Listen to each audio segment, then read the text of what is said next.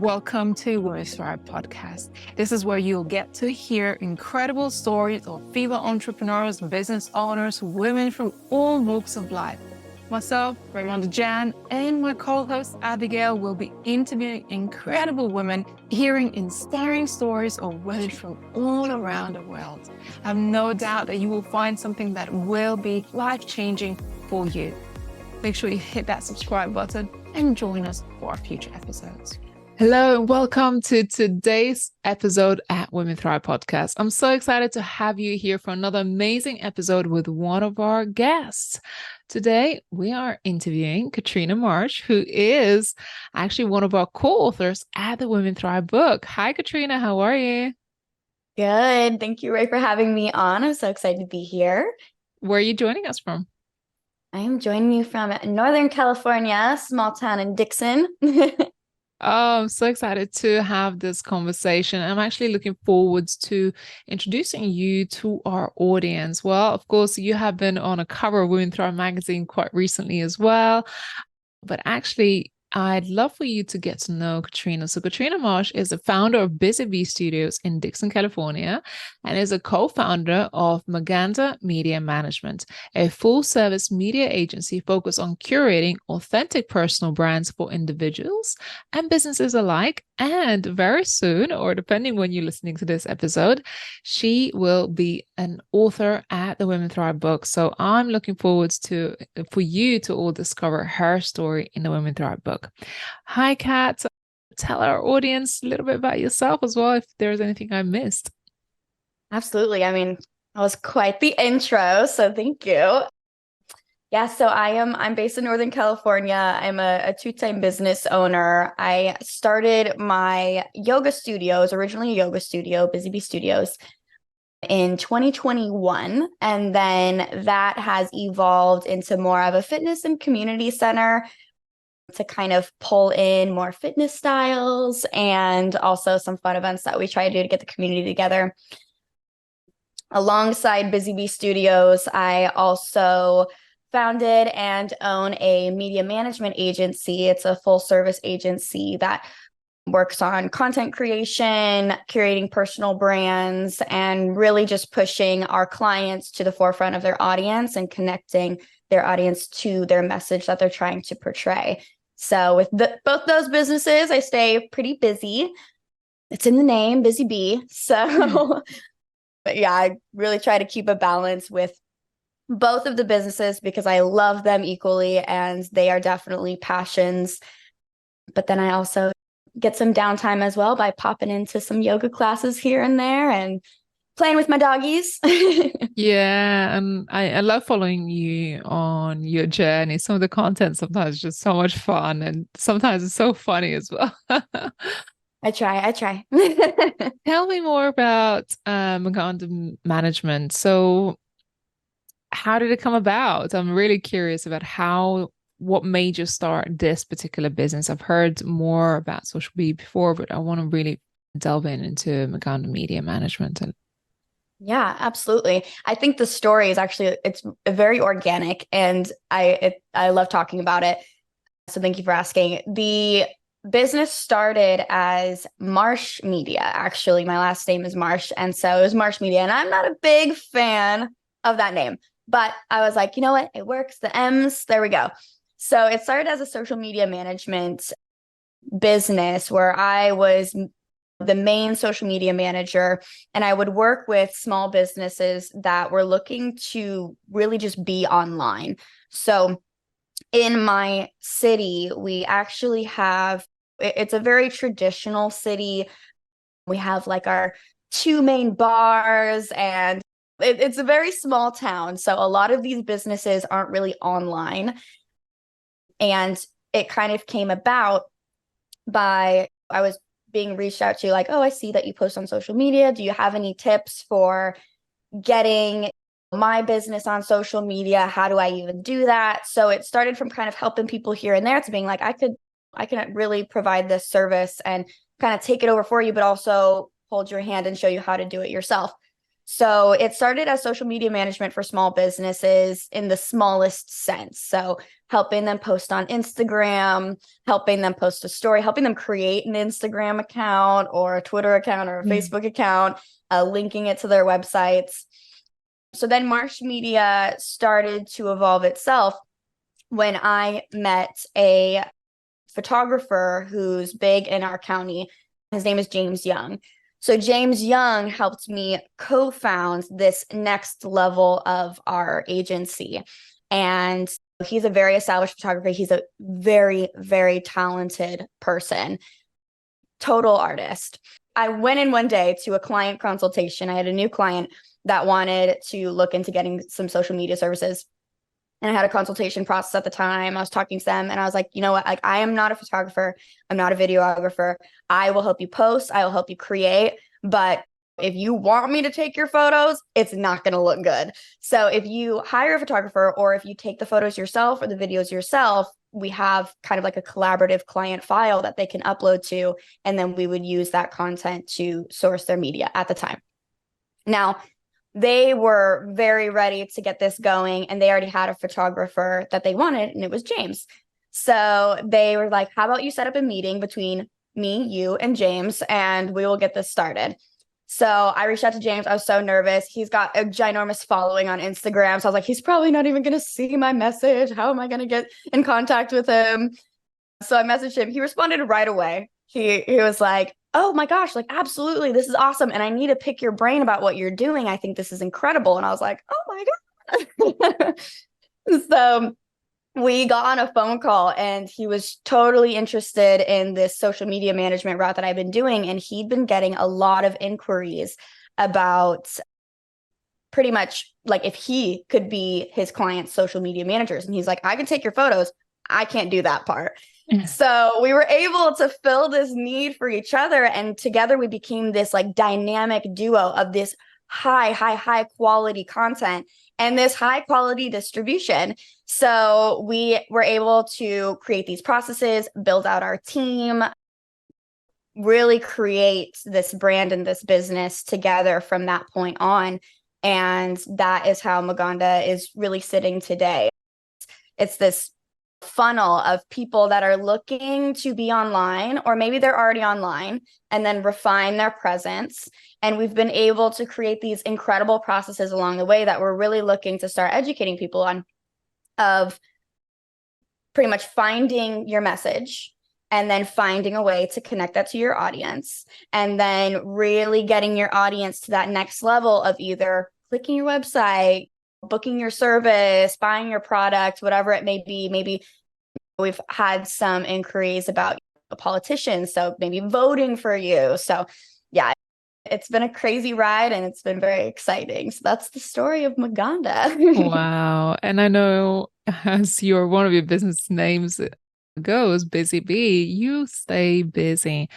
I'm super curious. What does an ordinary day in Kat's life look like? An ordinary day. I've never heard of it. No, I'm just kidding.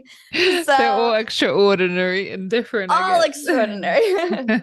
No, I would say they do differ from a day-to-day basis. So some days will be heavy, busy bee things. Some days will be heavy Maganda things. Some days it will be all computer work. And some days I will not be able to sit down on my computer once. But I would say the theme that runs along it is I love my planner. And I've talked about this before, but my planner is my go-to. And my business mentor, Kirsten, she actually helped me get onto a next level planner, and we call it a focus book. So a focus book, it's pretty much a journal, but it's everything that comes into your brain throughout the day, and it's small enough that you can carry it with you, throwing it all on there. And so what I've started doing is creating a list of have to do and want to do. And have to do will be like payroll or call PG&E or something. The big things that I need to do that day. The want to do will be like put up a different decor in the studio or look into this new platform that's going to be introduced in 2024 for social media. So those two lists really help guide my days, whatever it looks like. But I would say getting up early is the best, and going to sleep early is the best. Drinking your water throughout the day. I'm a big fan of vitamins, taking your vitamin D and your energy vitamins if you can. Cup of coffee helps as well. And then really, I just try and fill my days as much as I can with connecting with people. So whether that's teaching a class and being able to talk to my students after and before, whether that's a client meeting and getting to talk to our clients and kind of see how that's going, if we're hitting our objectives, how they're feeling. That is what I strive to do, is to be able to connect with people throughout my day. Wow. In the book, in your story, you share a little bit about your process of starting your business and kind of why you do what you do. If you were to sum it up, what drives your mission, your purpose? Because you're very dynamic.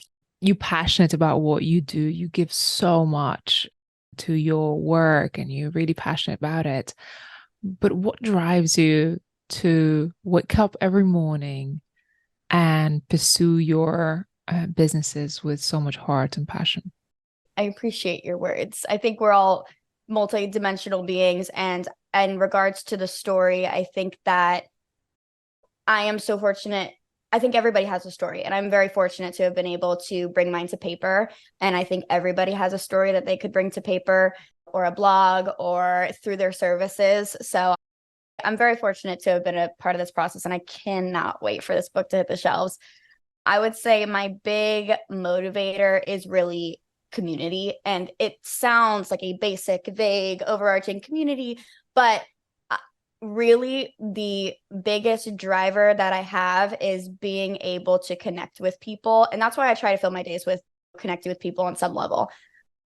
But that is the biggest motivator for me when I am kind of feeling a little lazy one day and maybe I'm dragging my feet a bit to get out the door to go teach a class.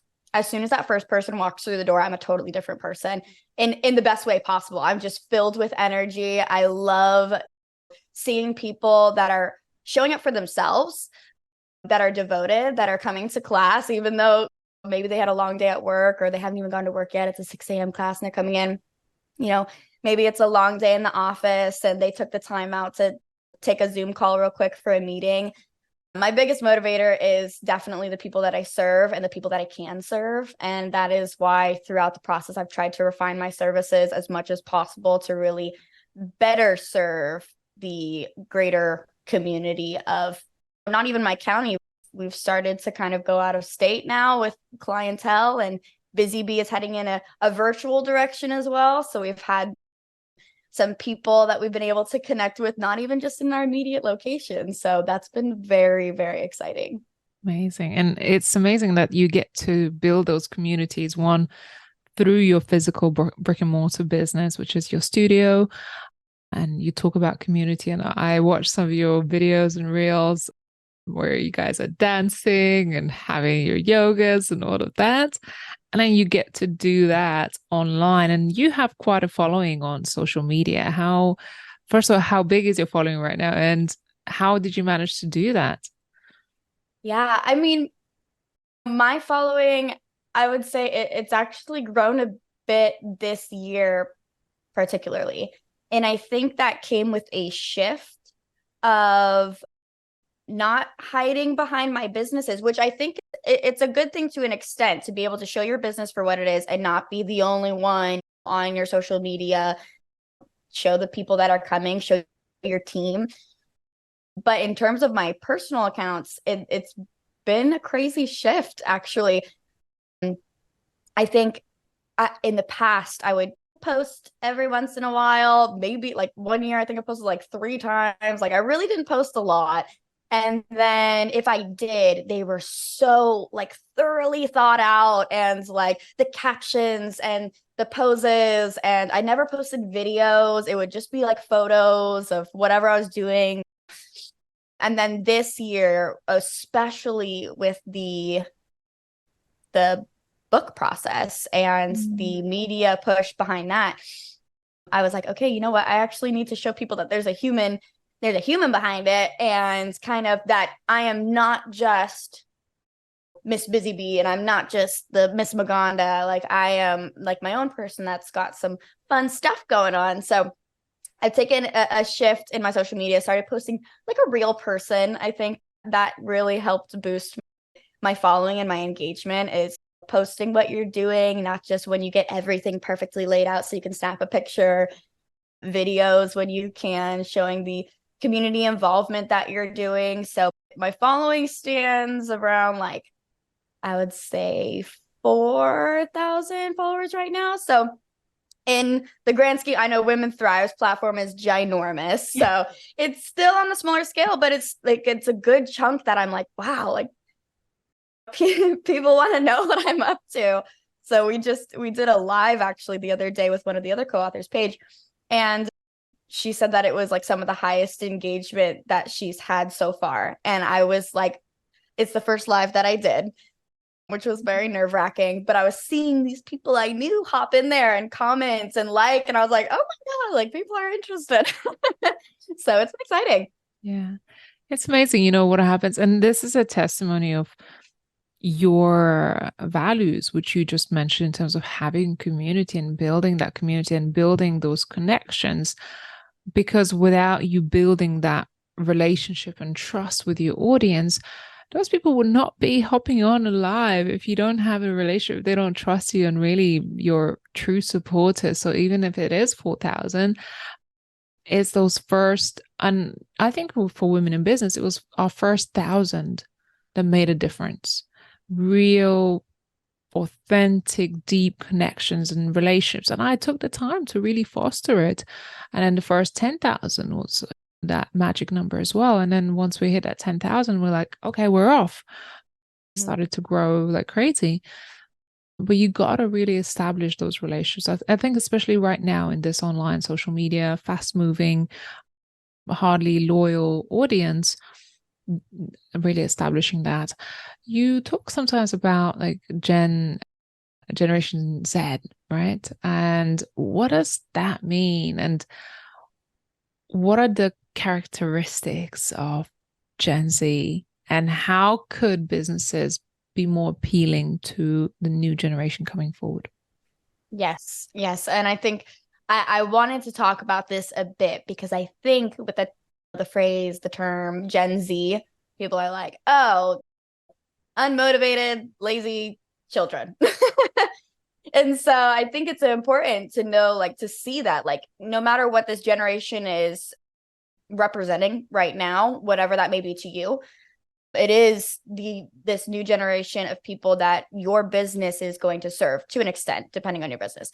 But for the most part, this is one of the generations now that you are going to be serving with your business. And I think this generation has a level up already because they, for the most part, were kind of raised with technology, raised with this way of life of being on social media, not even just social media, they're like tech savviness, and everybody knows how to use Zoom now. So many businesses are now able to be virtual that were never before. And I think I didn't grow up too much with a lot of technology. I actually had I would play when I was a kid. We had like one ginormous desktop computer that didn't have internet. So we would play like the like CD games. And then even I always talk about like my introduction to yoga was the VHS yoga tapes with my mom. So like I wasn't raised on a lot of technology, but I did get a phone earlier than other generations did. I did get on social media way sooner than other generations did. And so having Instagram and TikTok and Twitter and Threads and I guess X now instead of Twitter, all of these platforms that are kind of like, oh yeah, no brainer. I know how to use that. I've always known how to use that. For older businesses that are looking to get online, I've seen like, they're like, no, I don't get why this even affects me. I don't understand why I even need to be on this.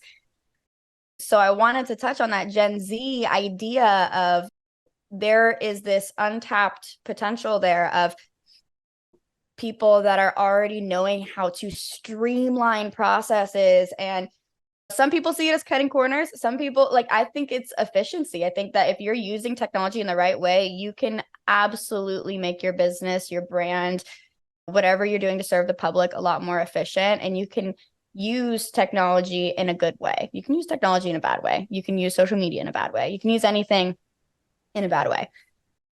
But I think that being a Gen Zer myself, it's really helped me kind of push my businesses into new realms. And so with Busy Bee, whereas yoga studios kind of have this one perception of them, we've been able to do virtual classes when we were coming out of COVID.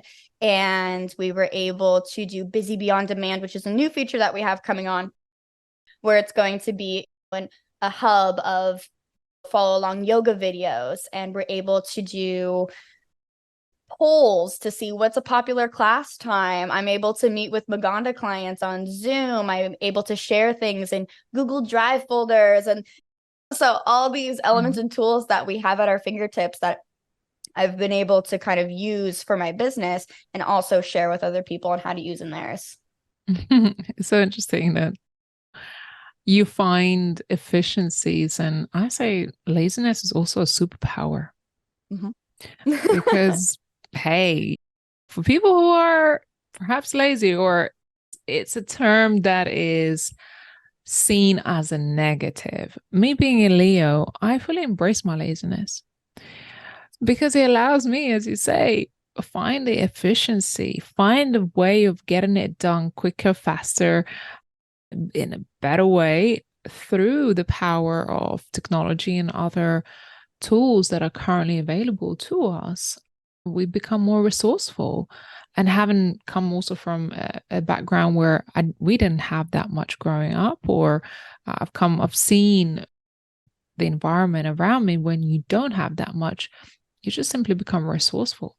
So that is also a superpower. And I love that you mentioned that what the Generation Z really represents now. Yeah, absolutely. I like what you said, that laziness can be a superpower. It's so true. I mean, no matter which way you see it, it's like you're either make things more efficient so you can be lazy, or if you're lazy, you know how to get things done faster. I absolutely love that point of view of it. And yeah, I think you said it perfectly. You mentioned something in your book that you started becoming like a young business owner. You were very, very young when you started out in being this kind of go-getter. And this is what you write about in your chapter. Take us back to that young cat who was the hustler, who was just, figuring out her way of being entrepreneur so early. Yeah, I'll start a little bit in the middle, actually. So I always like to say this because it was a funny time, but I had started Busy Bee Yoga, and we started in a very small location, and it was right next door to a wine bar. It was called Pip's Wine Bar. It's still there, actually. It's amazing. Shout out to Amy. Amy is the owner. She is awesome. But it was right next to a wine bar, and I wasn't even 21 yet. I couldn't even go next door and indulge a glass of wine after a class. So yeah, I definitely got into business pretty young.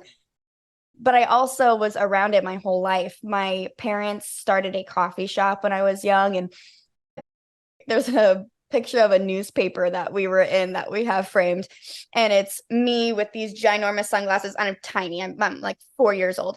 Big sunglasses, big cup of coffee, and I'm just sitting on the counter in our coffee shop, and my parents are behind, and my sister and I are like peeking out of a window in another photo. And we were always around seeing my parents hustle and work and really achieving their dreams. My mom has this huge passion for coffee. She's currently a coffee roaster, and she has a small virtual coffee business, J. Thaddeus Coffee Company. And then my dad has evolved into his current business, EMS Consulting Co.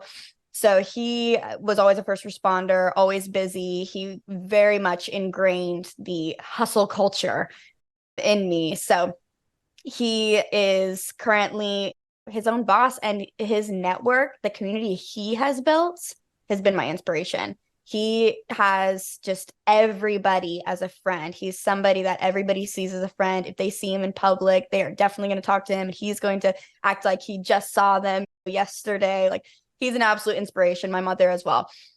But yeah, when I was young, I had that entrepreneurial mindset, and I would be lemonade stands, dog walking, car washes.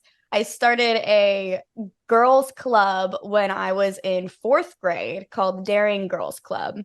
And it was based around the Daring book for girls. I don't know if you've heard of that, but it's this ginormous book full of like all these things that you can learn: how to tie a knot, how to run a lemonade stand, how to do a handstand, how to put your hair up with a pencil. It was the coolest book ever.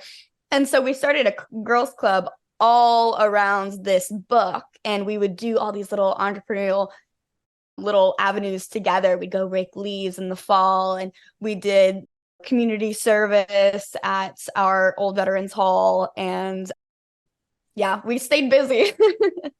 Wow, that's pretty amazing. Like, I hope that my daughter has this motivation and drive when she starts to grow up and starts to.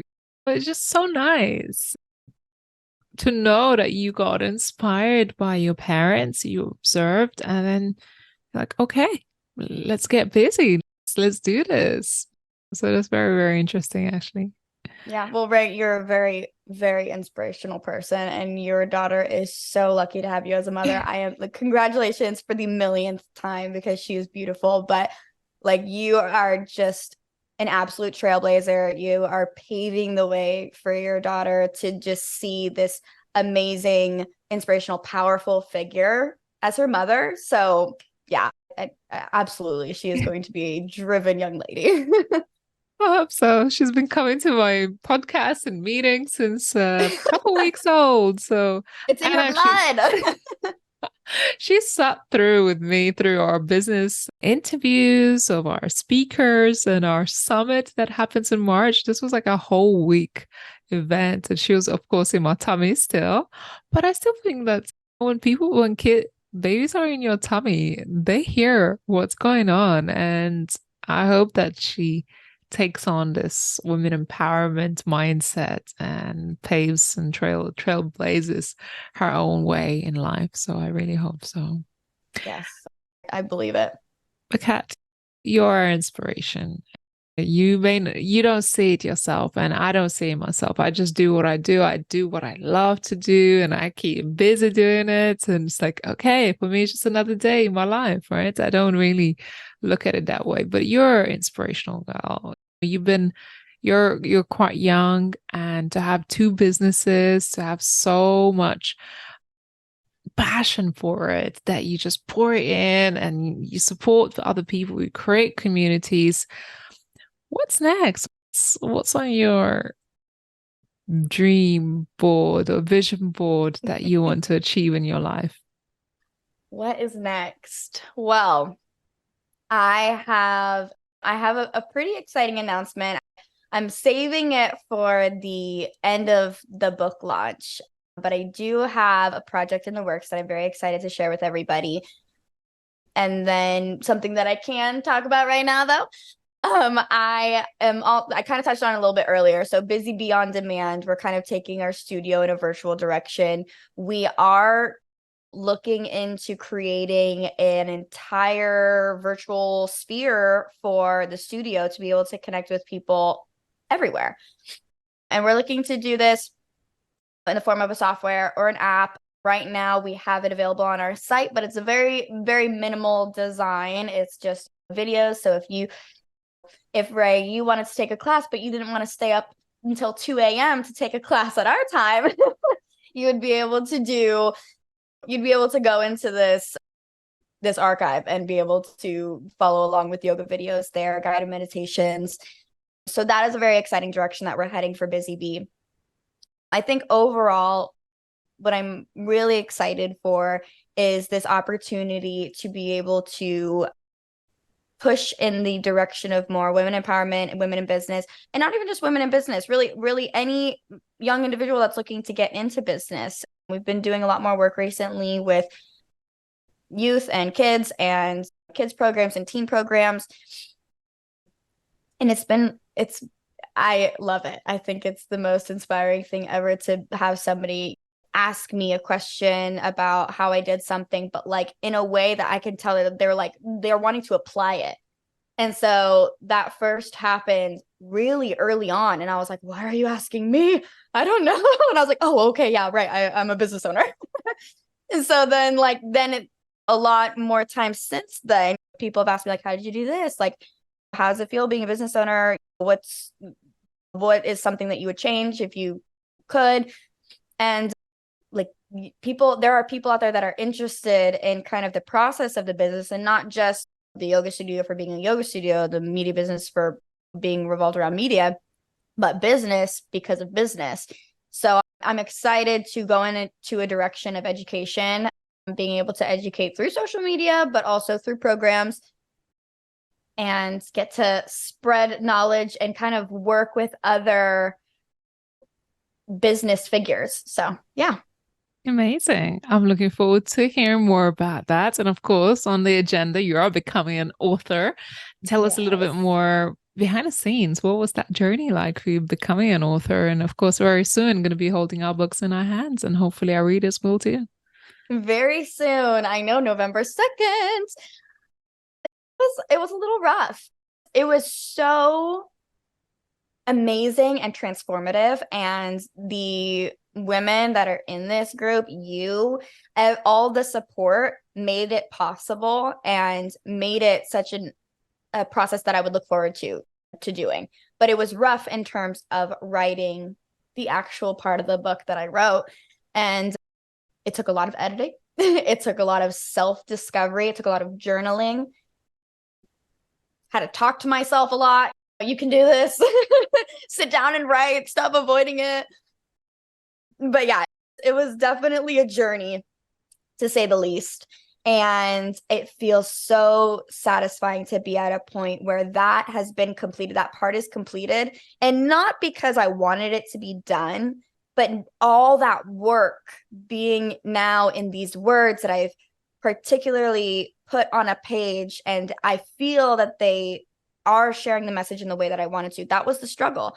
I was writing something, I was like, this isn't saying it how I want it to be heard or to be read. I'd be writing something about a very deep part of my chapter, and I'd be like, this doesn't even tap into the hurt. It doesn't even tap into what I was feeling.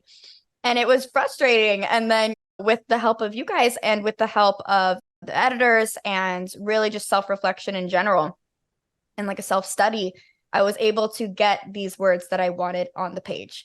And now being able to read that and having other people read that, which I'm nervous for, but excited for, it's so gratifying. And I'm very excited to have that book in my hands. I'm going to get 1 million copies myself. I hope that's not egotistical to say, but I am getting so many copies.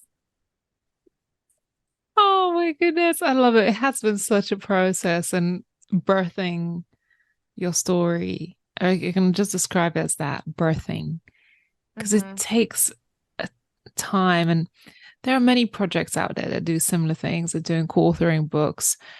But for me personally, I find that it's such a personal experience to write your story, to share your story in a way that is meaningful, that is transformative to somebody. And it's personal to you to share something like that with the world. I feel like it's not just done and go and that's it, right? It's not. You want to make that connection with the audience, and you're doing it for a reason. And I know that you want to inspire other people, and there is an important message within that chapter that you wanted to communicate, and it means something to you. What it mean to you if people read your chapter and reached out to you and followed up with you afterwards? I think the people that have reached out, once I announced, I didn't announce for a long time that I was writing a book, because I was like, oh my gosh, do I even want people to read this? But then when I wrote it, I was like, oh heck yeah, I want people to read this. So once I announced that there was a book coming out and I was writing a book, and I got some people being like, what is it about? I had a lot of people think that it was a book about how I started my businesses. And while that is in there, there's little bits and pieces about my business and the journey of opening it. It is important to know that these are personal stories. Mine personally is kind of like a little bit of a chronological life story. And so I had to kind of put that out there. I was like, because I'm not very vulnerable on the internet. I don't put a lot of feelings on my social media until recently when I made that shift. And that's when I kind of saw a boost of people that were like interested in what I was doing. And I was like, oh, okay. So with the book, I think when I said I was writing a book, people were just like, oh, it's going to be like a logistical, factual, this book is point A to point B. And so when I was like, no, it goes a little deep, and it talks about me, and it talks about everything involved in that process and this journey that I took within myself and a hard lesson that I had to learn for myself. A lot of people were shocked. I think a lot of people, my family their reaction was, I was so nervous. I sent it to them and I was waiting for them to read it. And I was like, oh my gosh, oh my gosh, oh my gosh. And then the first thing my dad said when he read it was, wow. And I was like, he hated it. He hated it. But no, he was like, that was so beautifully written. And that was just incredible. My mom pulled out her favorite phrases in the book. And she was like, I loved this. I loved this. I loved this. And she was like, these are just bouncing around in my head. And I was like, oh my gosh, my sister, I sent it to her. I had one of my friends read it. I had my partner read it. And like the support was crazy. And these are people, let me tell you, these are business people. These are people that don't mind saying, yeah, no, that's not good. They would have told me if it wasn't good. And their reaction it gives me chills right now. I'm so grateful to have those people that I know when they told me that this was something great, that I knew that they meant it. And I'm excited for everybody else to read it. Oh, I love that. That is so amazing that your family and your friends already supporting it and they've been part of it, because doing anything on your own it's very difficult, and to have that initial support, because putting your story out is so vulnerable and pretty scary. I am so excited that you got that initial boost. And of course, I just want to let our audience know, go get the book, Women Thrive. It's inspiring true stories of women overcome adversity. You'll find 8 of our stories in this book. It is launching 2nd of November, 2023. And I hope you really get inspired, motivated, and encouraged by this book. And I hope you connect with our authors. If you have read it, if you listen to this podcast, connect with Katrina Marsh, and yeah, just let her know that you've been here. Kat, what is the best way to connect with you? Yes. On my website, hellothereKatrina.com is the best way. You can join my launch team and get some background insight on the book, the process, and you'll be the first to know this special announcement I've alluded to in this and past episodes. That's at hellothereKatrina.com. And then my personal Instagram page is kat.marsh. And if you're interested in any of the business endeavors that I talked about today, all those are linked at the website and my personal page. Beautiful. Well, do make sure you connect with Katrina Marsh on her social media channels and her website. Become a little bit of a stalker. You never know what's around the corner. And this sounds like a very exciting announcement that you have coming. I would certainly be very interested to find out how we can tap into some of your businesses, being perhaps quite a distance away from your physical locations, because I see you guys having a lot of fun and I'm like, I want to be part of that. We have fun over here. But I don't know if I can fly out to Dixon every morning for my yoga session. Would be a lot. You'd be next level bougie, right? You never know. All right. Thank you so much to everyone who's listening. Thanks to Kat for being here on this podcast. We'll be back for another interview. Make sure you check out the book. It's Women Thrive, Inspiring True Stories of Women Overcoming Adversity, Volume 2. And it's launching the 2nd of November. Thank you so much. And we'll look forward to seeing you again soon. Take care for now. Thank you for having me. Bye. Thanks.